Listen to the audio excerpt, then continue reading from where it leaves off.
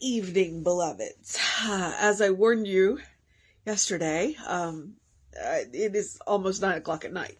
I have actually been home for a couple of hours, but I just wanted to make sure that I didn't step on David's toes. So I went ahead and waited.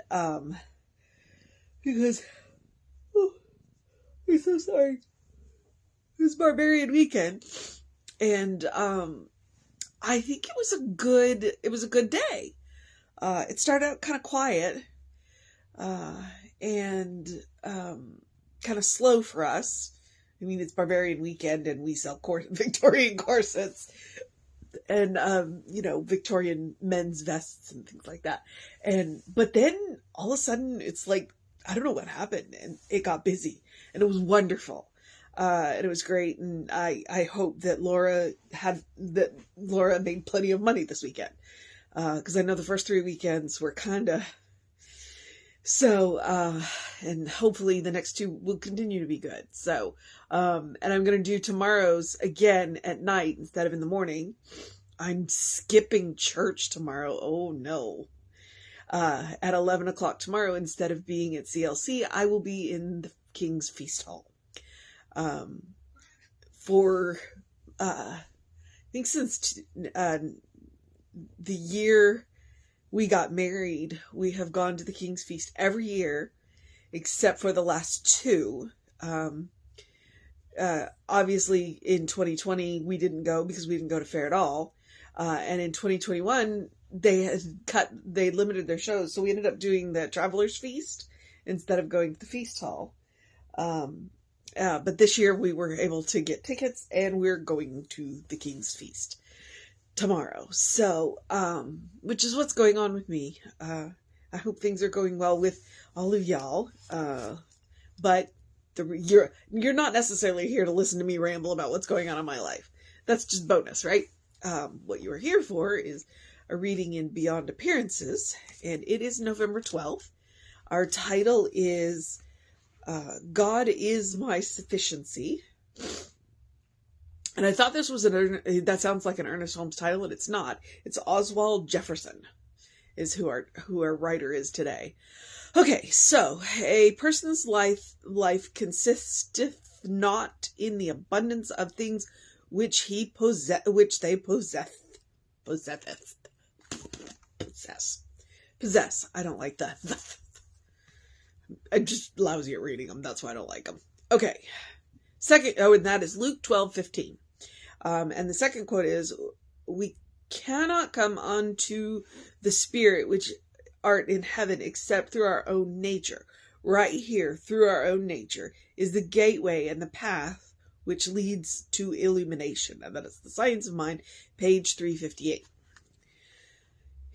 In the statement he made, quoted above, Jesus did not put his sanction on poverty. Rather, he was saying that to have things in and for themselves is to put the wrong evaluation on them. To fulfill one's life, one must cultivate consciousness of God. Meister Eckhart said, "Take care that your emphasis is laid upon being good and not on the number of kind things to be done. To the degree that you eliminate all selfish aims and purposes can God better express in your life." Jesus quoted a declaration of divine law which operates in our lives as surely as does the law of gravitation. Make living only a matter of physical and emotional satisfaction and comfort, and one reaps boredom and comes to the brink of despair. But bring to any kind of living the consciousness of the infinite about you, and you begin to live. The kingdom of God, the reign of the infinite within you, cannot be realized fully at the physical levels of existence. Pause in a day's work and recall the eternal law of spirit. Allow something of beauty to surround the monotonous and bring your routine a new melody from within your soul. We do not live by bread alone, but by the creative intelligence of reality which invades us every second and seeks to bring us ever towards our complete personhood. God infuses every moment of my day. Infinite intelligence penetrates my consciousness and glows in my feelings. I am strong and poised in all my work and endeavors. I live as much by the poetry of the rising sun as by adding up my accounts. In my awareness of God, I realize fulfillment in all areas of life. All right, Oswald Jefferson. I may be tired because this one does not make a whole lot of sense to me. I mean, it makes sense. It makes sense.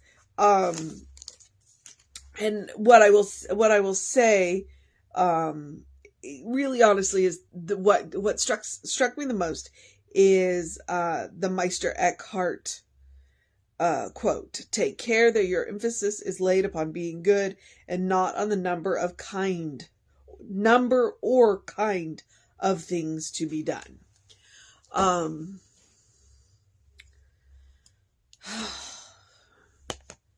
I think the first time I misread it. Anyway, the number or kind of things to be done. I think that what it was a reminder to take time out for God, which tomorrow is Sunday. So it's like, and Jesse's done that math a couple of times about, if we dedicate 1/10 or 1/7 of our time to God, does it have to be one day, or can we do 1/7 of every day? And honestly, I think that the argument that Ernest would make, and that Oswald is probably making, but I'm tired, is that honestly 1/7 isn't enough. It isn't enough. Now, we don't have to be obnoxious about dedicating our life to God. We don't have to go out and stand on the street corner and preach to the people that walk by. But when we make our, I want to say consciousness, when we take into our consciousness more fully that God is all there is, so that everything around us is God, when we dedicate more time to that, then our life is better. And I'm not talking about religion. I'm talking about spirituality. I'm talking about recognizing the beauty around us. I'm talking about looking in the eyes of another living being, i.e. that little black head that you just saw pop up there. Although he didn't show you his gorgeous green eyes, recognizing that, that right there, that little fur creature is God.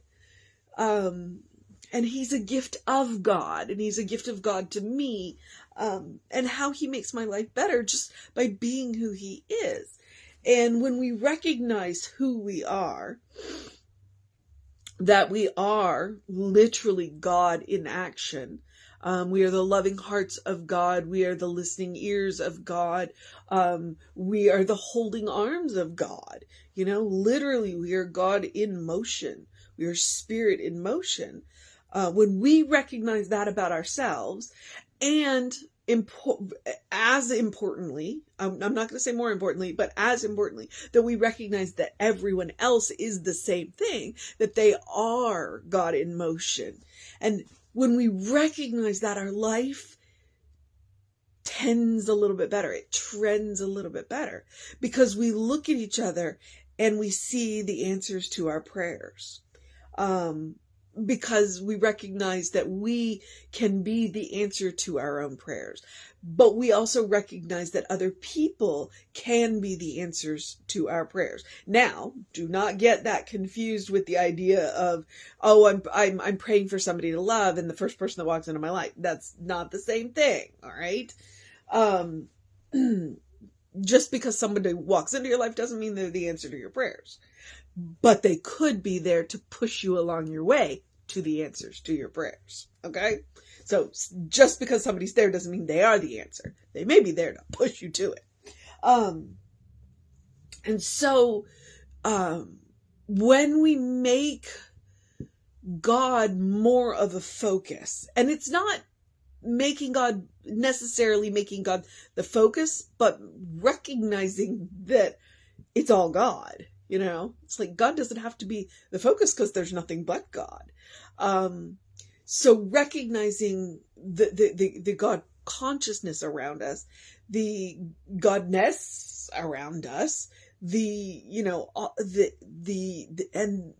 that we are each and every living being, Godlings, as Jesse likes to say, because we're this is where I like to call us divine splinters, because we're part of a greater whole, and we're such tiny pieces of this immense whole, that it should be overwhelming. When we stop and think about it, it should overwhelm us, and it should overwhelm us in a good way. It should stop us in our tracks, and we look around at this great, big, amazing organism of life and go, I'm a part of that. And it's all God in motion, and it should rock us back on our heels, and we should be awe-filled more often. Life is incredible and amazing. And yet we get caught up in the day-to-day things to do, and that's what Meister Eckhart was talking about. We get caught up in the day-to-day things to do. We get a little bound up in that material reality, and we kind of forget that it's all God. We kind of forget, that there's this amazing light. There's this amazing source of our own being, and we forget to connect with it. And so, which is the point of having a regular appointed spiritual practice. We have that 1 hour that we set aside to go to church. And maybe we set aside some time every day to pray. And maybe we set aside some time to read sacred literature. Or maybe we set aside some time to listen to sacred music, or sometimes we set aside time to listen to other people talk about sacred literature, which is what I'm doing. Or we set aside time to talk about sacred literature, which is literally what I'm doing. But if we centered God a little bit more in our lives, that's what he's talking about. Because really and truly, God is the center of our lives. Because God is the source of our lives. And it's up to us to recognize that. And when we recognize that and kind of center on that, it will change the way we move through this world. It will change what we focus on. It will change how we interact with each other. And that's a good thing. That is a good thing. So, all right. Oswald made me think for a little bit, and I'm tired, so I think I'm going to let it go. I know it's 9:00 at night, but I do like to give you a mission. And since I'm a little, I'm going to pull the book back open, because I think it was the line before. To fulfill one's life, one must cultivate a consciousness of God. So if I were to give you a mission today, that is what it would be. To fulfill one's life purpose, one must cultivate a consciousness of God. So the mission today, should we choose to accept it, is to cultivate our consciousness of God. Now, how do we do that? All right. Well, the amazing thing is there's a wondrous variety of how. Reading sacred literature, listening to sacred music, making time to pray every day, dedicating a portion of every day to spiritual work, spiritual practice. That's how we do that. To create a conscious reminder of God in our lives, that every time we see whatever that reminder is, we think, oh, wait, let me give some consideration to this from God's point of view. Okay. So that is, the mission today, to cultivate that consciousness. And there's an infinite and wondrous variety of how you can do that. And if you want more suggestions, we have a place that you can come and learn more ways to do that. So now here's where I'm going to remind you of the other spiritual practice that I remind you to do every day, which is to, sorry, I've been outside all day, so my allergies are kind of going, hello. To do something loving for yourself, do something kind for yourself, do something compassionate for yourself, whatever that looks like. For me today, it should be go to bed early because I'm going to get up early and go back to fair. But it can look like as simple as taking a deep breath before you speak. It can also be taking a nap, taking a walk, in doing something that connects you with nature, or connects you with other people, or connects you with your friends, or because it's about self-care, but it's also about joy. So sometimes it looks like eating dessert first, or, eating a really amazing meal, or drinking an amazing, cup of whatever, coffee, tea, hot chocolate, the temperature dropped like a stone yesterday. Hot chocolate's about to become very important in all of our lives. So that's what it looks like. It's about creating a habit, a first response. I like to call it a default setting, because we're going back to a factory reset. I think loving, kind, and compassionate is who we are. And then the world has educated us in another direction oftentimes. And so it's about hitting that factory reset and going back to being loving, kind, and compassionate. It's about connecting with the source of our own being and realizing that we are connected to an infinite source of love, of kindness, of compassion. So we always have plenty for ourselves. And I believe in practicing on ourselves because we are the best subject to practice on. We're the most consistent subject we have. And because we deserve our own love, we deserve our own kindness, we deserve our own compassion. That's why I want you to practice on yourself. But I also want you to practice so that you have a bank when you meet somebody that needs a little extra. All right. I also encourage you to do something to engage your mind and your body, whatever that looks like. I encourage you to drink plenty of water. Yes, even when it is cold, especially when it's cold, because we tend not to drink enough. I made an effort to drink water, and then I had a mineral drink when I came home just to make sure. And I'll take my magnesium too. To get that early in your day bright light, I got to see both the sunrise and the sunset today. Because I was in the car for both of them, go figure. And they were both beautiful. And of course, because I was driving at both times, there's no photographic evidence, but it is what it is. In the words of Ernest Holmes, open the windows of your soul. Allow the breath of heaven to remind you do live in heaven right here, right now. It's all around us all the time.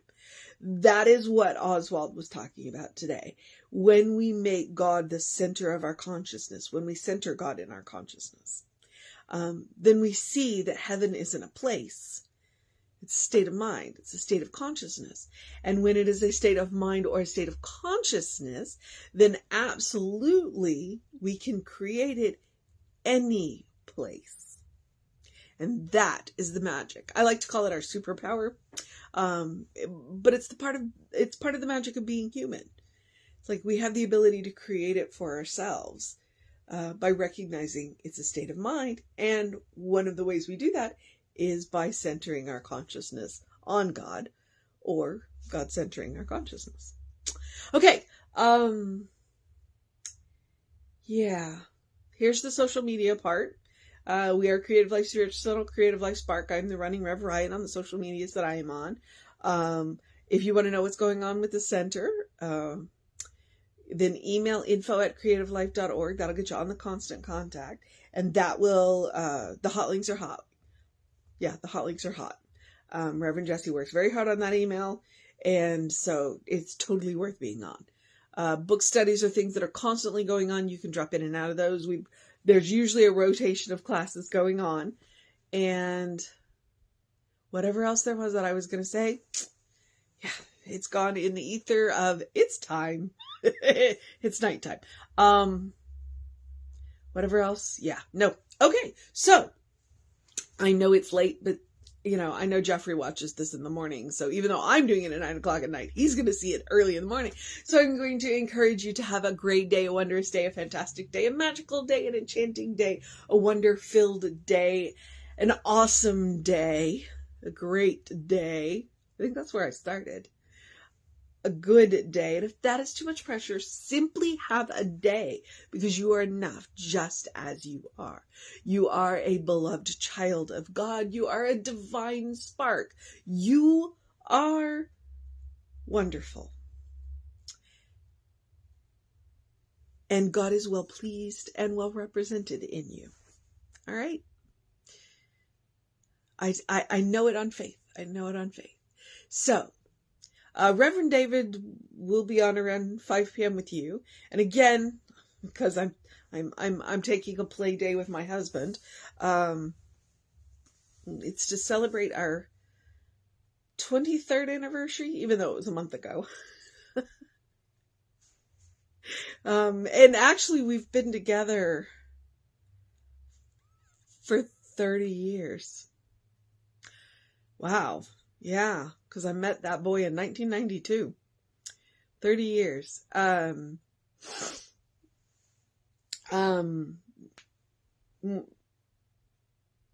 Sorry.